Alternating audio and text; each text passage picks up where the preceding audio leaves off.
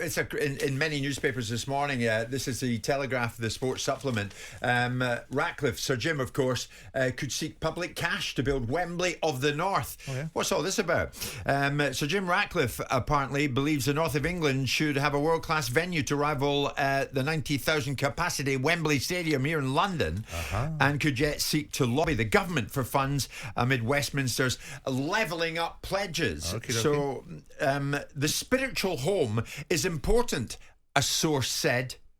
We think fans would be quite happy to accept a brand new stadium if we stay where we are. Do you know what this reminds me of? And I know you take it as typical of me to put a kilt on this story, if you like. But years ago, Simon, at Celtic, there was talk that Celtic were going to move out of town and go to Cambuslang, an area outside Celtic. In came the Scottish-American businessman Fergus McCann, said, no, I'll put money in, we stay where we are. And they built a cracking stadium. I mean, Celtic Park these days is wonderful for atmosphere and everything else that goes with it. But they stayed where they are. Is that the secret? Stay where you are. Modernise what you've got. Well, if it's the best way to go. I mean, Tottenham have built a stadium right next door to the previous stadium, but built it from scratch. And there's no better stadium than Tottenham have built. And that will be because the infrastructure was built in a different way than the previous stadium. So it depends on what you're trying to achieve. As far as the levelling up, people like Andy Burnham would have you believe that levelling up is and certainly in football is a necessity. Fantastic. Take some of the government's money. How much did Wembley take them? They took 20 million from the DCMS and they took a small amount of money from Sport England. See how far that will get you then. I'm sure the government will give them about 50, 60 million quid. A stadium's going to cost 2 billion quid.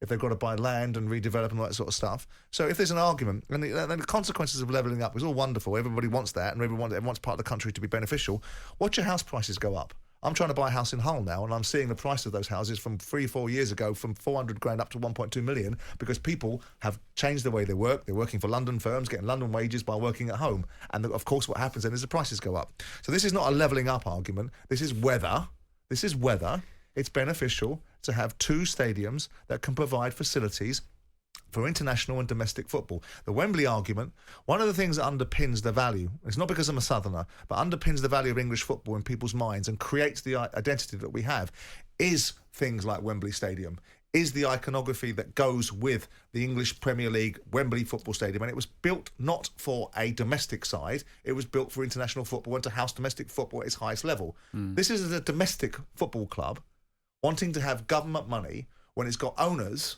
that have just trousered £1 billion. Get lost. It's got nothing to do with getting government money from this. It's got nothing to do with levelling up. It's got nothing to do with patronising the North. This is a private enterprise which is solely for the benefit of Manchester United and its shareholders. So get lost with public money. Yeah. So it's a nonsensical story. Why should they? Well, it's a political... the argument that Andy will make is it's levelling up, part of the government's policy for levelling up. Right? But that's just a political argument. We're talking about a football and moral argument. But then and why couldn't Jim another... Ratcliffe, and yes, Glazers want to benefit and enhance the football club, and that should be enhancing Old Trafford's facilities. But then if you're an owner, would you not exploit levelling up policies of the government? Would you not exploit it? That's what Ratcliffe's doing. Yeah, fine, but I'm not having a politician tell me to do it. I'm not having a politician speak on behalf of the owners of the business. Well, why can't every club in the North get some money to level up then? Well, then you throw the argument back at them and say, well, let's have it right then. Look, how much of the Glazers... Do you want to have the argument then about levelling up? Why wouldn't the Glazers be responsible for levelling up Manchester United in stadium terms? Because they've just made about 2 billion quid out of no money. Yeah, but I'm asking you, Simon, where's the logic then? If why would they give it one club and not another?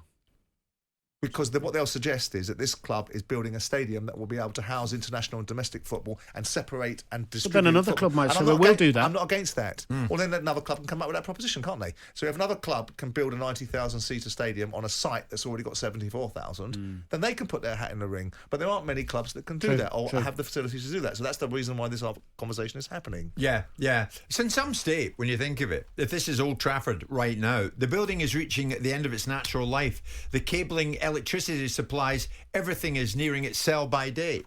I mean, how's it got to that?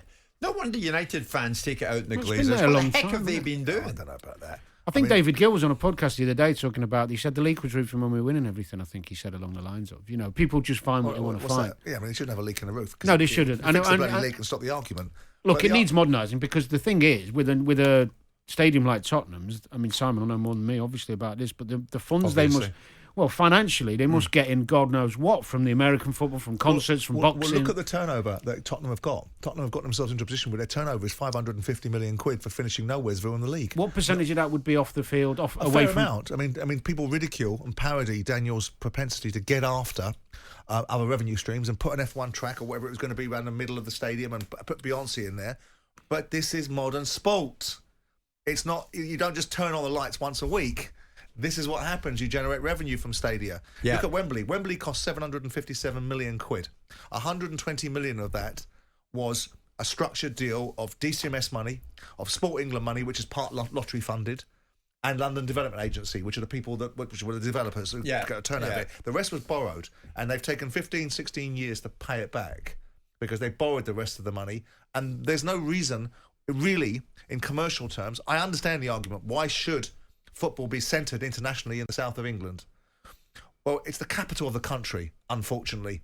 It's universally recognised around the world, London, and Wembley Stadium comes with that imagery. And as long as it's benefiting English football, and I'm not so sure that the idea that those clowns had 3 or 4 years ago to sell it to Shard Khan, well, I was going to get to that. But to save money. Is it used often enough at the moment, Simon, Wembley? Well, I would suggest... Shad Khan thought multi-purpose of uses. Well, I think it's used pretty extensively. I mean, we're ringing it as fast as we can. We've got playoff finals there. We've got FA Cup semi-finals there. We've got League Cup finals there. We've got international games there. We regularly throw our hat in there for European Cup finals or Champions League finals. It's lost a little bit of it. I think it's lost a little bit of its iconography. That kind of wow, the FA Cup final. But everything does in the end, doesn't it?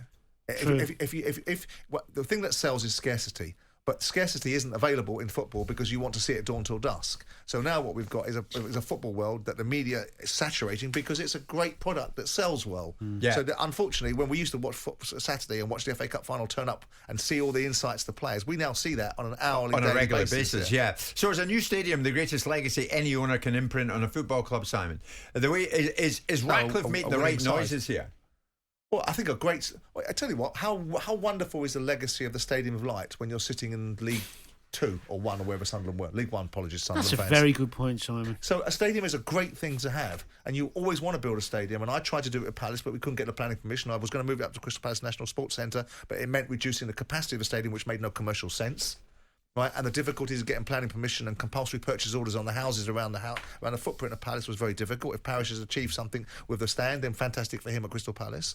I don't think it's the greatest legacy, unless it's an economically powerful model. Well, it's not the greatest legacy if you're Farhad Mashiri. You're building a brand new stadium, and you're not being spoken about in the highest possible terms. Well, that is for sure. Unfortunately, he's an exception that doesn't prove the rule. If you can build a football team that's capable of embracing a stadium, then you will have an ultimate legacy. Yeah. And that's what Daniel's challenge is at Tottenham Hotspur, and that's what the next owners will be at Everton. I would urge anyone to do it. Google Fergus McCann and have a look at what he did at Celtic Park. A magnificent stadium. Lionel Messi said it's the best atmosphere he can remember playing in European football, out with the Nou Camp. A phenomenal stadium, and they stayed where they were. So Jim is going to do that, but is he going to do it with government money? We'll keep across it. Jim White and Simon Jordan. Monday to Friday mornings from 10 on AM, on DAB, via the TalkSPORT app and on your smart speaker. TalkSPORT.